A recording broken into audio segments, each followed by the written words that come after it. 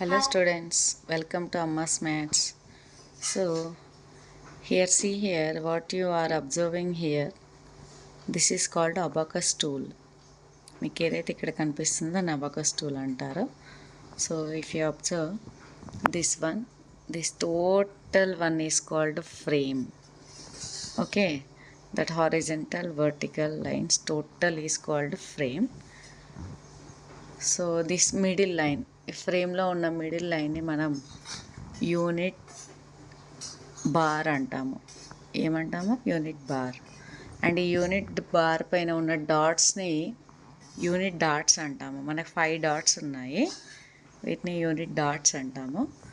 And ఇక్కడ మీకు ఏవైతే వైట్ స్టాండింగ్వి కనిపిస్తున్నాయి కదా, వీటిని రాడ్స్ అంటాం మనం. ఓకే, సో ఇవైతే వైట్ యూనిట్ బార్ అండ్ ఫ్రేమ్కి అటాచ్డ్గా ఉన్నాయో వాటిని మనం రాడ్స్ అంటాము. ఈ రాడ్స్ 13 ఉంటాయి చూడండి. 1 2 3 4 5 6 7 8 9 10 11 12 13 బార్స్ ఉంటాయి. సో ఈ 13 బార్స్లో ఇక్కడ చూడండి 13 రాడ్స్ ఉంటాయి. 13 రాడ్స్.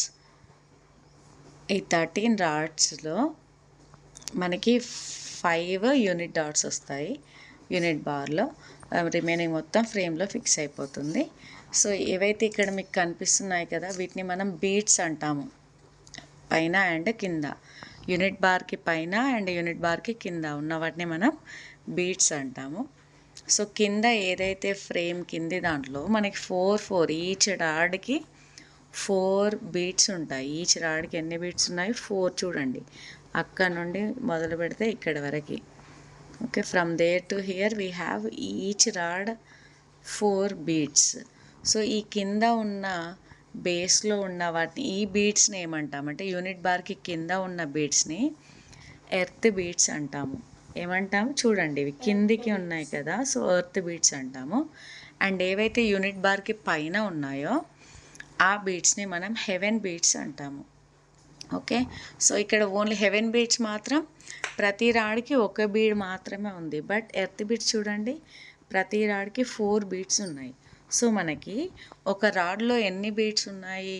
5 బీట్స్ ఉన్నాయి. Each rod how many beats? 5 beats. So ఎన్ని రాడ్స్ ఉన్నాయి మనకి? 13.